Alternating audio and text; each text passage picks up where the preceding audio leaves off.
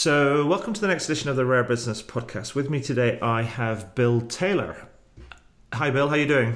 I'm doing great, Adrian. Good to talk to you. So, Bill, you are the co-founder of Fast Company magazine and author of many books, and are here to tell us a little bit about your new book. But we'll get to that in a wee while. Sure. So first of all, for the benefit of our listeners and readers, I wonder if you could tell us a little bit about you and a bit about the work that you do. Sure. Well, you mentioned Fast Company, so I'm feeling a little old. Late last year, we celebrated the 20th anniversary of the launch of Fast Company. Kind of boggles my mind, and I think in terms 20 of years, wow, can you imagine? It still feels quite fresh.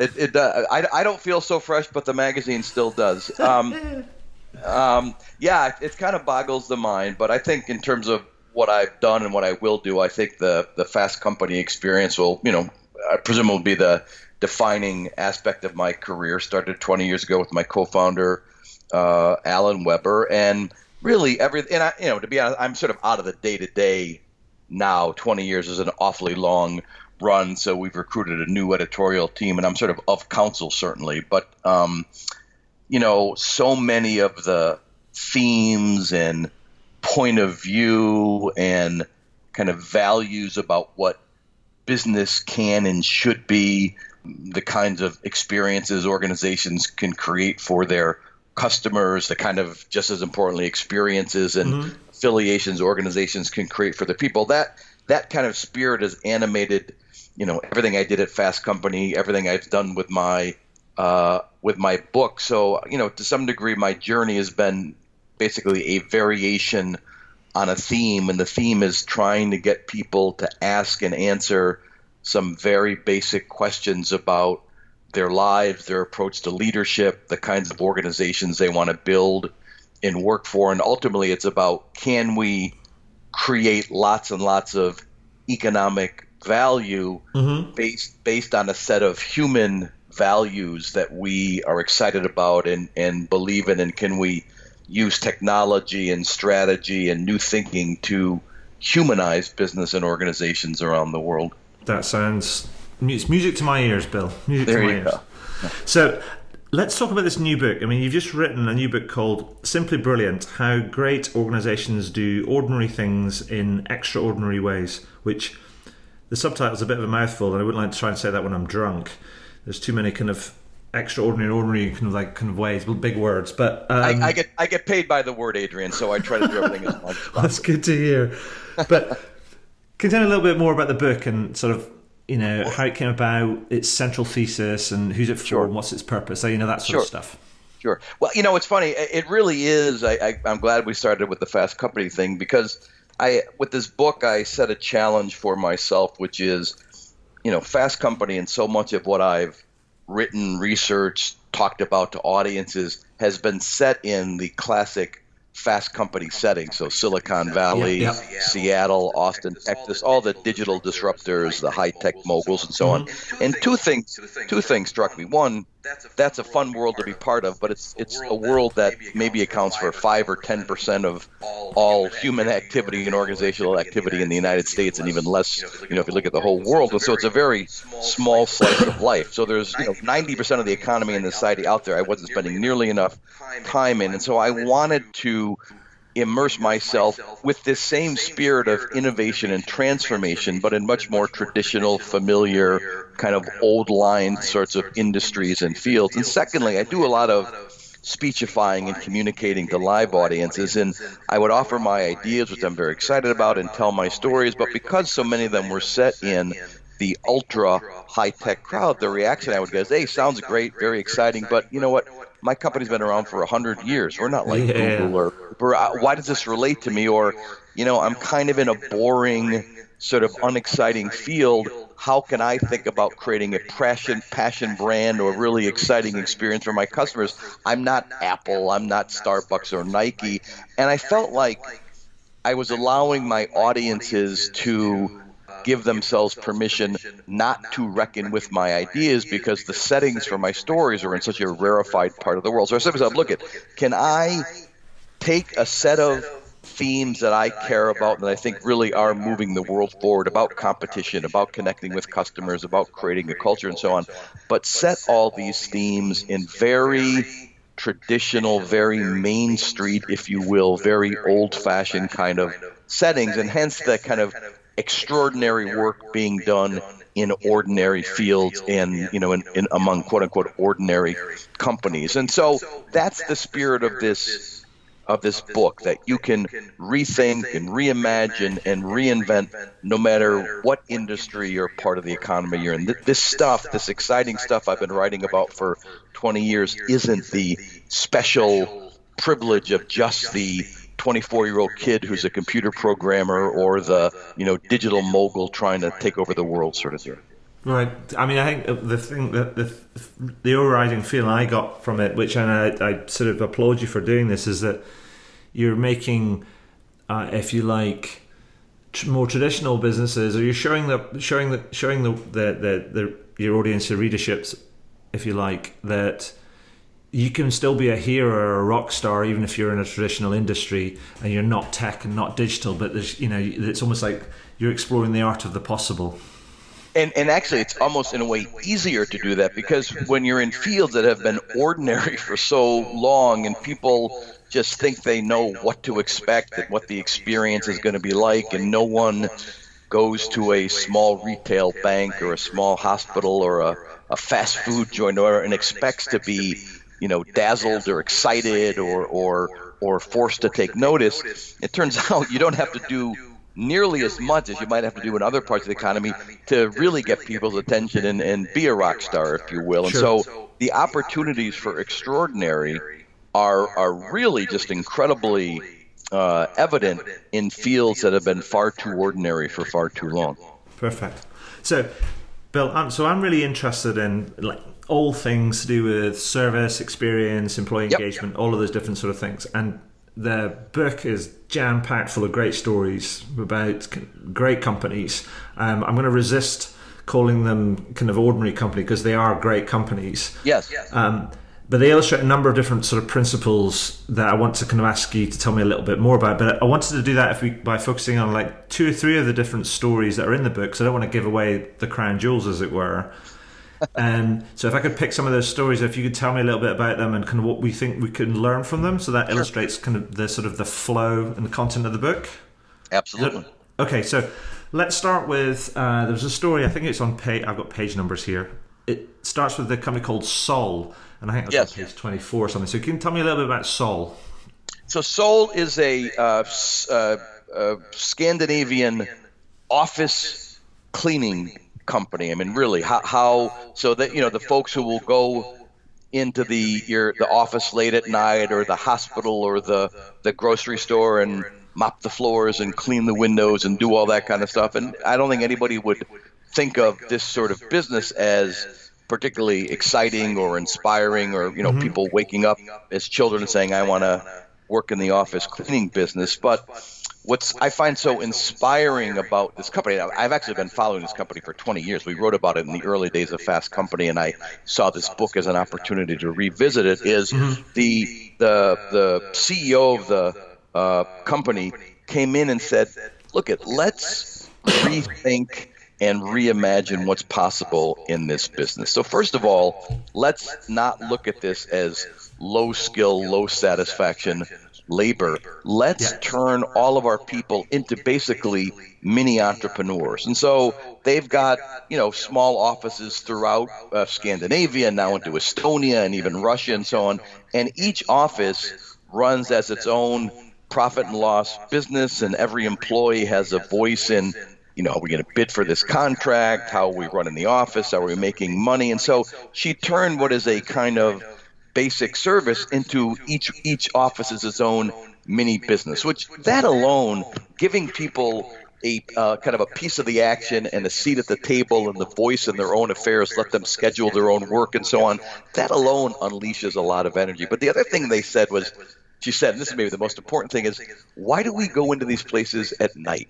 And if you look at most office cleaners, they're kind of downbeat and downbeat.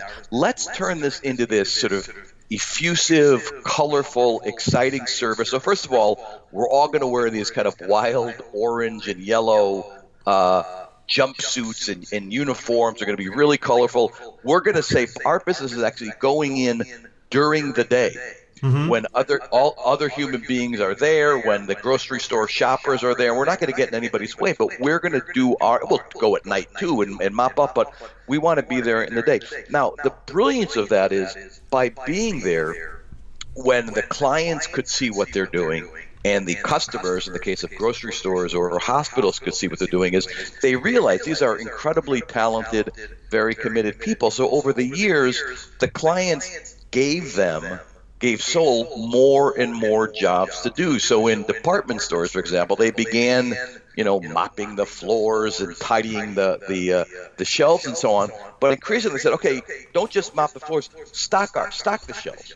And don't just, and so they added more and more and more to the repertoire of activities they were doing, because these people were so fun to encounter. They were clearly so committed to their jobs, and because they were doing business when other people could actually see them rather than doing it in the stealth of night, that gave them more and more permission, and also allowed them to grow their business into adjacent services. And so the department stores or the offices would say, well, you're here in the day, we see how good you are. You're also here at night because there is cleaning work that has to be done. Well, there's something else that has to be done at night, which is security. So why don't you become our security company as well? So now they have a huge business in providing security services for retailers, for sports arenas, for offices, and so on. And then they said to them, you've taken this business that's kind of depressing and a little, people are kind of down in the dumps, and you've turned it into this effusive stuff. We need temporary staffing and basic, office stuff, administrative stuff. Why don't you help us hire people on a temporary basis? So they now have got a very successful temporary staffing company and it's an example of an organization and a leader who says we can either do business the way everybody else in our field does business, or we can say no.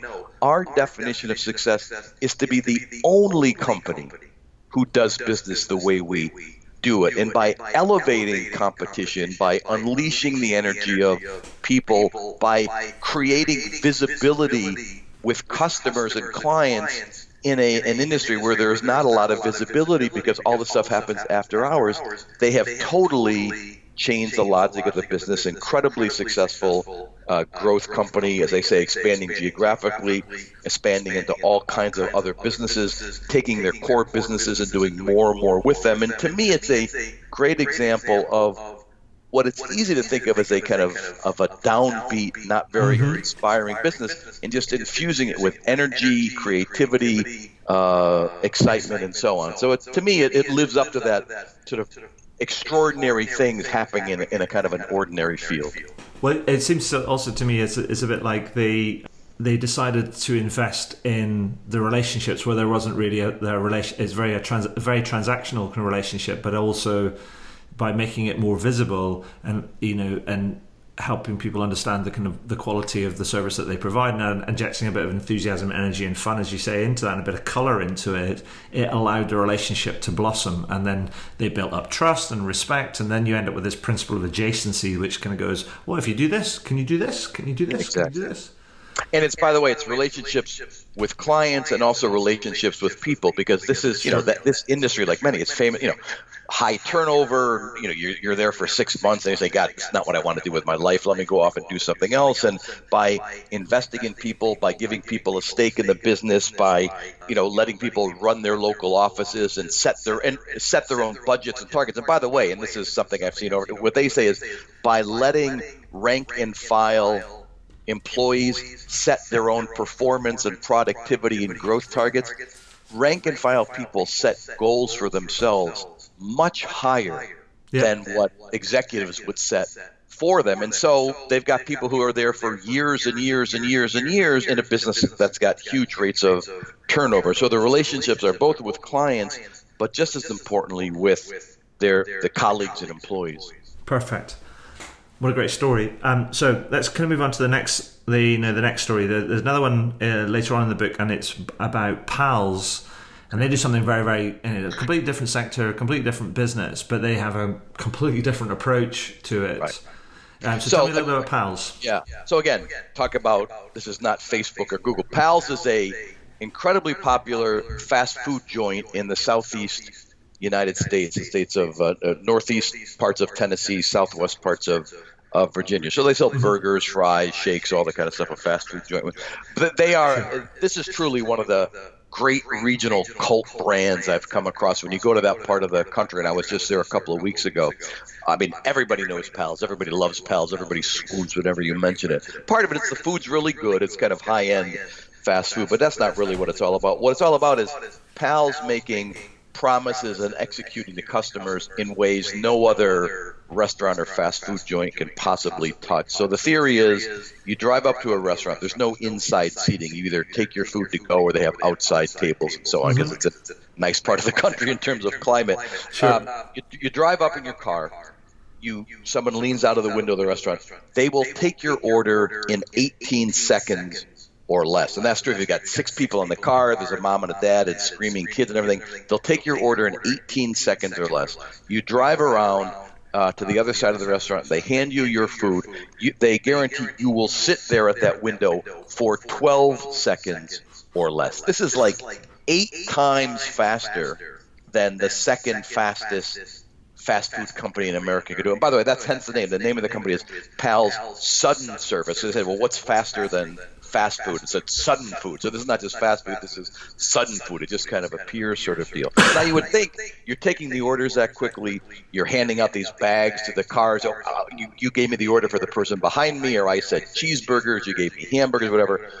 Pals makes a mistake with an order only once every 3,600 times. That is a level of flawless execution that is unprecedented in this business. In fact, it's 10 times better than the second best restaurant in this field. In fact, Pals is so consistent, so reliable, so good at what it does, that a few years ago it won the Malcolm Baldrige National Quality Award, which is the highest award you can win for quality in the United States. The previous winners were FedEx, Ritz-Carlton, Cadillac, and then this, believe it or not, this fast food joint in the southeastern United States. And Pals was the first restaurant of any kind to win the Baldrige Award. And so you say, well, okay, so that's why and by the way, the restaurants are fun to look at. There's a lot of whimsy and personality. It's not just about being this kind of incredibly flawless execution, but you say to yourselves, how do they do it? And a lot of it is kind of related to the soul situation. The first thing they said, look, is we can't do this without really committed, really empowered people. So we're going to be kind of maniacal about who we hire. I mean, the fast food business, like the office cleaning business, is 300% annual turnover, and you have the image of the restaurant worker, this kind of depressed 19-year-old kid, kind of pimply faced and kind of bummed out and so on. Pals says to itself, look, let's figure out who our superstar performers in the organization are. We'll actually bring in psychologists to interview them, try to figure out what makes them tick. And then when we look for people, let's find people whose attitudes and attributes and take on life is like the folks who we know are our superstars. So they've developed this 60-question psychometric test that asks some pretty unusual questions, trying to get at, are you the kind of person that we know tends to thrive at Pals?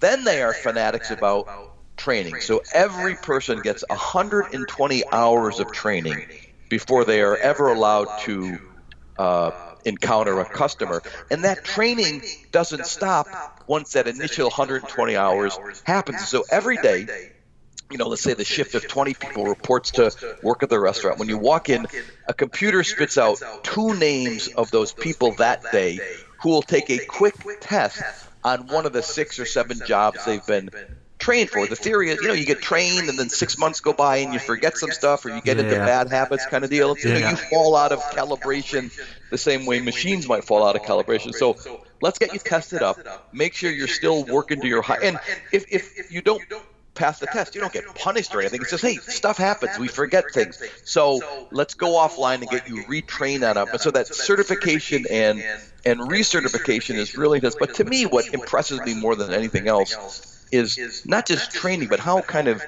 intellectual this company is. And people really need to buy into the ideas that move it forward. So the minute you hit any kind of management level at PALS, you're the assistant manager of a store, you're the head of marketing for a region, anytime you get management responsibility, you have to begin the process of reading a 21-book master reading list that PALS has assembled. And these are the 21 books that they believe really speak to why this organization is doing what it's doing. And some of it is, kind of nerdy, textbooky things about quality and so on. But there's, Sun Tzu, The Art of War, Machiavelli, The Prince, kind of basic questions of leadership and power and human behavior and what have you. And the other part of the deal is every leader at PALS has to think of himself or herself as a teacher. In fact, the minute you get any kind of leadership responsibility, you must spend 10% of your time teaching other people in the organization stuff they need to know. And so there's explicit recognition that one of the great jobs of leadership is being a teacher. And in fact, you have to report for work every day with the name of a specific person and a specific thing you are going to teach that person that day. And by the way, the CEO himself actually runs his own book club where every other week on Monday morning he brings 5 people from different ranks of the organization into his conference room, and they have all agreed the week before to have read one of the 21 books on the master reading list, and they spend an hour and 90 minutes talking about the book. People get up and give 5-minute takes on what they've learned and how they're going to apply it to their work and so on. And as funny as it sounds, it's a fast food joint selling burgers and fries and milkshakes and so on. It's one of the more rigorously intellectual companies I've come across, because they understand they want to do something extraordinary, but extraordinary results don't just happen. They come out of a platform of ideas and people and commitment and methodologies, and they're just so explicit about everything they do. I found it one of the more intriguing and inspiring case studies in the book, actually. It's fascinating. I think you say that they're one of the most intellectual companies you've come across, and I think that's what's interesting is that how it's almost a bit like the output doesn't matter, or rather the sector doesn't matter. It's more about how you approach it. One of the things when I go visit a company for the first time, one of the things I always try to explore is not what are the products and services you offer, but what are the ideas that this company stands for? What are the ideas that define how this organization does business and that distinguish it from how everybody else in their field does business? And the specifics of the product and services are, I wouldn't say they're beside the point, but they're not, as you say, they are and even the performance is the end result of what's our definition of success? Sure. Do we have a definition of success that allows us to stand for something special in the marketplace and inspires other people to stand with us? Do we work as distinctively as we compete, and do those behaviors create something memorable and meaningful? Mm-hmm. And then finally, the flip side of teaching is learning. Are we as an organization and are we as individuals learning as fast as the world is changing? So we're always making sure that we're refreshing, re-energizing, reinterpreting that which made us successful in the first place, to recognize the changes in technology, the changes in markets, the changes in business cultures. That being able to kind of refresh your success is a hugely important part of sustaining it. Understanding that as leaders and as companies, you can't let what you know limit what you can imagine going forward about how you might do things differently in the future. So those are, I think, the 3 pillars of performance that I'm always looking at when I go into a company, as opposed to they have the most cutting edge piece of technology or the most clever new product or what have you. Okay, so that's great. Thank you for that. So let me ask you tell me a little bit about one more story that I noticed in the book, because it's also kind of one that will be familiar to anybody who's here in the UK, and also I know they've expanded internationally, but particularly in the UK, is so there's a story later in the book about Pret a Manger. So I know it's one of my favourite high street sandwich shops. If I'm working, I'll jump in there for a sandwich if I'm out and about. So I was really interested to kind of read the story that you had about them, about sort of almost a bit like under the bonnet and what they do and how they do it. So tell us a little bit more about what you wrote. Well, sure. Well, it's funny. The reason I wrote about, again, I had discovered Pret a Manger long ago, very early in its growth during Fast Company, but I had begun reading a bunch of stuff in they say they came big into the U.S., still are, and right. and in New York and Washington, D.C., a lot of the big cities where a lot of the thought leadership was going on. And oddly enough, there were these bunch of articles came out from these very cynical people in New York and in D.C., kind of pundits and media types saying, what's with this Pret a Manger place? Every time I go in, everybody is smiling at me and being so warm and fuzzy with me. And, it just feels odd. And there was this really funny but kind of sad article in the New Republic, a thought leader magazine here in the U.S., about the editor of the New Republic was absolutely convinced that the young woman who was waiting on him every day at Pret a Manger was sort of somehow in love with him or something, because she was always smiling so widely and being so nice to him, and only later to discover she was treating all of her customers this way, and he was kind of crestfallen. I don't know what speaks to this guy's personal insecurity to some degree, but I looked at that and said, my God, what kind of a world are we in when a company that has worked so hard to create a culture of warmth and smiles and just these little signals and little gestures of we're glad to see you, while you have a very brief period of time in our restaurant today, we're going to make you smile and make you feel welcome. And why is that a bad thing exactly? And why sort of being explicitly emotional in how you deliver a service or engage with your customers? And so, of course, that cynicism is a very tiny piece of the reaction to Pret around the world, but it got me thinking and digging more deeply. And it turns out this is a company that, and they call it the Pret Buzz and so on, but this is a company that really, obviously the food has to be good and the sandwiches have to be well prepared and all that kind of stuff, but this is a company that really believes, it's not a 5-star dining experience. You're not going to spend an hour and a half in the place, but for those small number of minutes when you are in our store and surrounded by our people, let's go out of our way to create a performance, if you will, that's very warm, very human, kind of memorable, and it doesn't take a lot, given that most of our encounters with organizations and brands are kind of boring, kind of dry, kind of underwhelming, and it really reminded me, so that I went on a longer riff on this in the book and so on, about in a world that is in so many ways now being utterly reshaped by technology. What customers are, I guess no pun intended with Pret, what customers are hungrier for now, maybe more than ever, is a renewed sense of humanity. So any little signal a company can send, any little gesture an individual employee can make, remembering a name, cracking a joke, sharing a smile. It sounds a little bit goofy in a world of mobile apps and virtual reality headsets and digital this and that, but I do think as a business culture we are so lacking in a basic sense of re-engaging with the humanity of our enterprise, that small efforts to do that pay huge dividends for companies and brands. And Pret's a company that, again, how it hires, how it trains. Sure.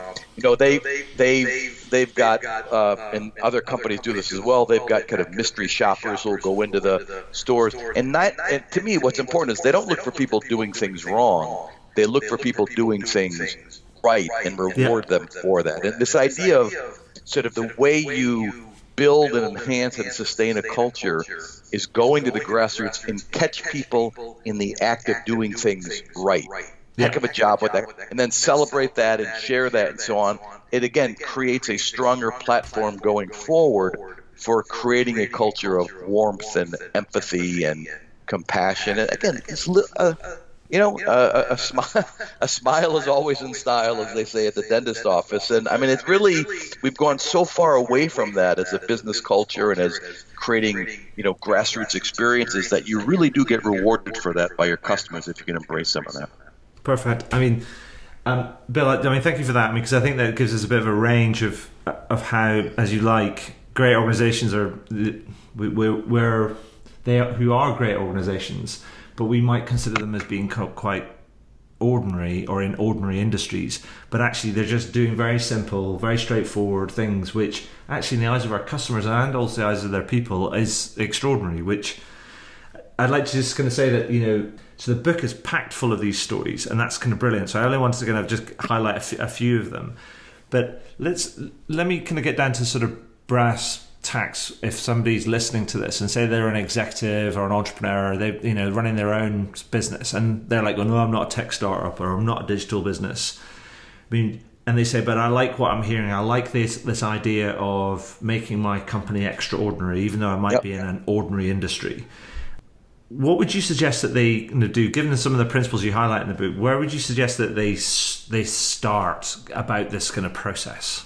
Well, I guess it starts with asking a few questions, and one question I'd have everybody ask themselves, and I heard this from the great management thinker Jim Collins, is ask yourself the following question: if your company went out of business tomorrow, would anybody really miss you, and why? Right. And I think if people are kind of honest, there's so many, name any field, particularly, we were talking about, sandwich shops or office cleaning or there are more perfectly competent competitors today in every single field than there have ever been. And so if the idea is people are going to miss me because there's no one else who could offer a bank loan or make a good sandwich or make a good burger and fries, obviously that's not really true. And the reality is, for most companies in most fields, if you went out of business on Monday, there are 5 other perfectly competent people who could serve your customers the next day. So the question becomes, what are you doing? How you're connecting with your customers, how you're delivering an experience, how you're unleashing your people that nobody else in your field is either willing or able to do. And that doesn't have to be change the world kind of differentiation, but it has to be an approach to the business that says, you know what, we really are truly original. We're in a world where ordinary is just not an option anymore. So the first question you got to figure out is, what do we promise that only we can promise? What do we deliver that nobody else can deliver? What are we the most of in our field, and how do we become even more of that? So that's the first question I would ask, is in terms of the marketplace, what are we building that's really unique? The second totally related thing I'd act is, if that's who we think we are and we want to be in the marketplace, what are we creating in the workplace that allows us to execute that every single day? And what I notice when I go into organizations that are just in a sustained way doing extraordinary things is that more than anything, people at every level deeply understand this is what it means to be a member of this company. This is what we're signing up for as employees, as colleagues, in terms of the promises we make to one another, how we share information, how we jump in to solve problems, how we go out of our way to help out or identify opportunities and so on.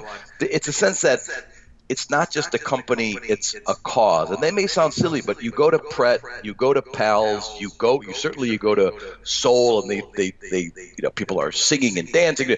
There is a sense that we're not just colleagues, we're almost like a tribe going through life, got each other's backs. We know what it means to be a member of this organization. We have a sense of the commitments we're making, and you really do have to invest and maybe even over-invest in the symbols and rituals and traditions and processes for creating, and culture is such an overused word, but creating a sense of belonging, I think, to in terms of what it means to be a member of the company. So you've got to think really carefully about that. Ask yourself honestly, is there something special about what it means to be an employee? And then I think you've got to look at the mirror as a leader and ask yourself that question I posed a few minutes ago, which is, am I learning as fast as the world is changing? I mean, if you want to, as an entrepreneur, as an executive, whatever the case may be,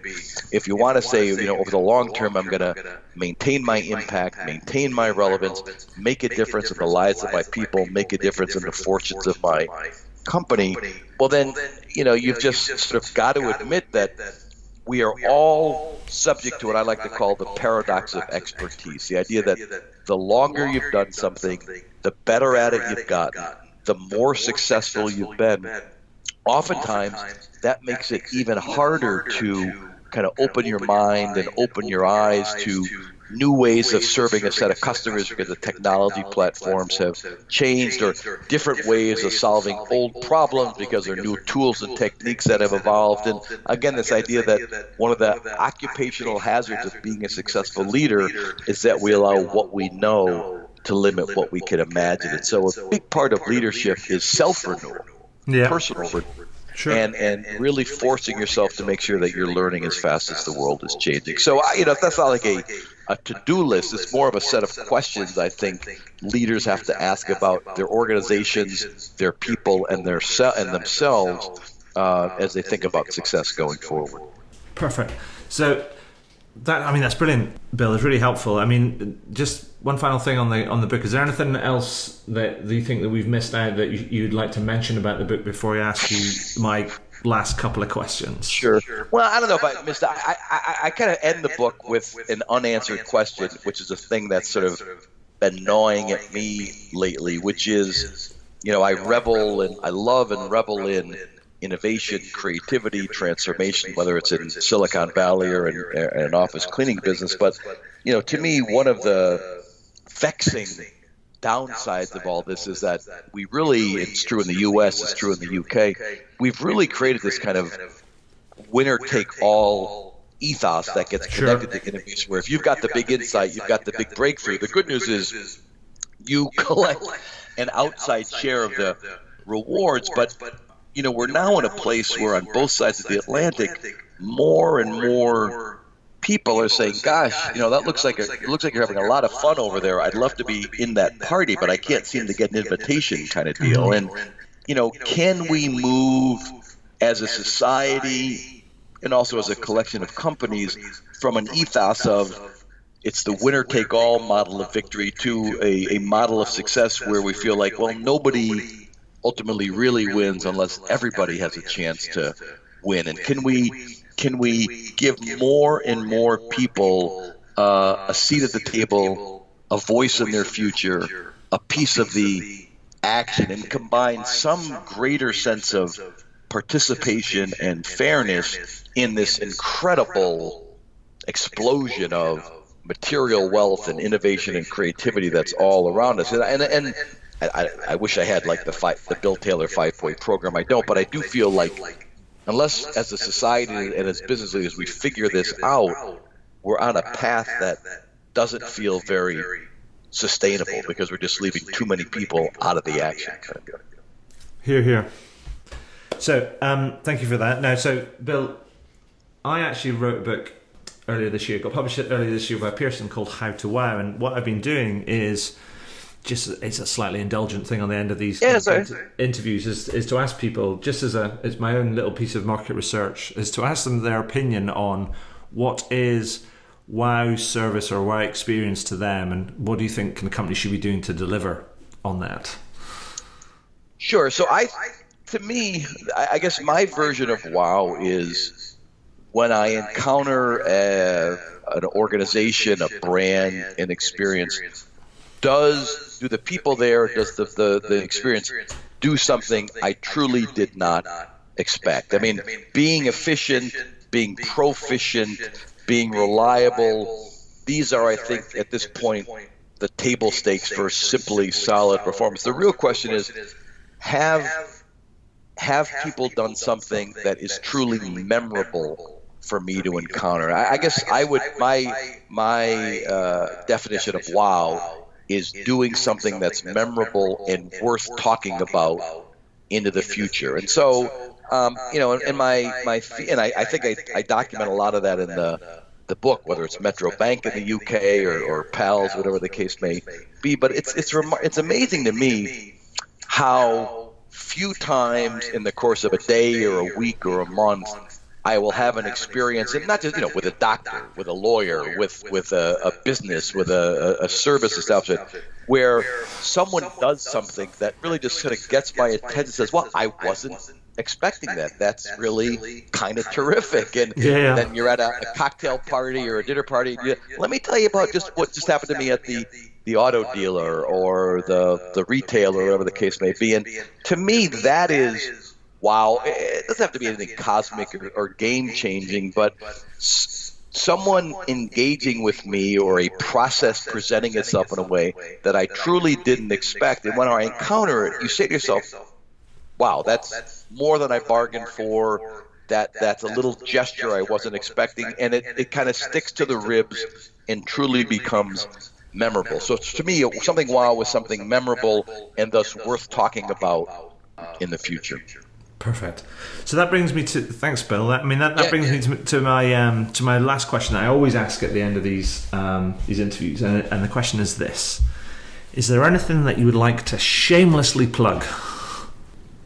Okay, so if folks go to williamctaylor.com, which is my website, there's all the stuff about the book and all that kind of stuff. But what there's also there on the website is this really fun leadership quiz I developed. Because one of the takeaways in the book is there's no one right way to be a leader, no one right personality, no one right set of attributes. And I've actually, who knows if it's right or wrong, but I've teased out 4 different leadership styles, each of which has lots of virtues in its own right. And to me, the key is to let folks figure out which leadership style fits them, and then once you have a sense of yourself, you'll know the best ways going forward. And I initially wrote it for the Harvard Business Review, and it just took off like crazy. I think we're up to like 20,000 people have taken it now, and it just keeps going and going and going. People seem to be getting some stuff out of it. So if anybody goes to just williamctaylor.com, the first thing you'll see is take the leadership quiz, and I think it's fun. I think it's, if nothing else, it's entertaining. Might even be a little bit useful. So I guess I'd plug the leadership quiz.